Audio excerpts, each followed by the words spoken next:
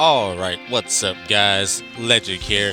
And of all the units in the game, we always have, or for me personally, I've always had that feeling of what unit do I feel like got robbed of a Zenkai? And there's a lot in the game. For me personally, there's a lot. But number one gotta be this green Gogeta. For some odd reason, I think it was during the reveals and stuff, or maybe just a Facebook-Twitter post. I don't remember, but they teased this man here. And when we saw it, we was like, oh, okay, he's getting a Zenkai. No, they just gave this man an event for us to get him for free. Now, by all means, I love free units, but there's one issue with that. He's at 14 stars for me. So, by the time they gave this man his event, I already maxed him out. Now, like I said, he was robbed of a Zenkai. Like, normally, when you think of units that get a preview during the reveals and stuff, or during a Facebook or Twitter post, or whatever the case may be, you're automatically going to think, hey, they could be getting a Zenkai. But no, they refused to give him one. And I just don't understand why. And I don't even remember when he got the event, nor what celebration it was about. Now, I could think of one, and that's maybe Ultra Gogeta, maybe. But still, come on now. At 14 stars, his stats are good. They're not bad. They're good. I like everything about this unit. I like about him. He's not a bad unit per se. I do feel like he's a little bit power crept, but at the same time when he came out, he had one issue, and the only issue I could think of was his green card, and it being super hard to land. Now that's pretty true. It's really hard to land, but at the same time, it was easier than Red Gogeta's because Red Gogeta's was more of a counter. His is more of a blast armor going to your face and put you in your place, basically. And for me, I like that. I think that's pretty good. I think that's how it should have been, technically, but it really wasn't like that. And to me, he felt like a blue card, green card spammer, kind of, sort of, but mainly a blue card spammer. Because if you think about it, when he on his main ability, his next blue card is hitting you for 100% extra damage that can't be canceled. And that's all he got. That's all his main ability did. They could have did more of this, but they didn't. You know what I mean? So for me, his overall kit right now in today's meta would not be bad, but it just would not be great. It wouldn't be great to me personally. So to counteract that, what I'm going to do is run him on this team here.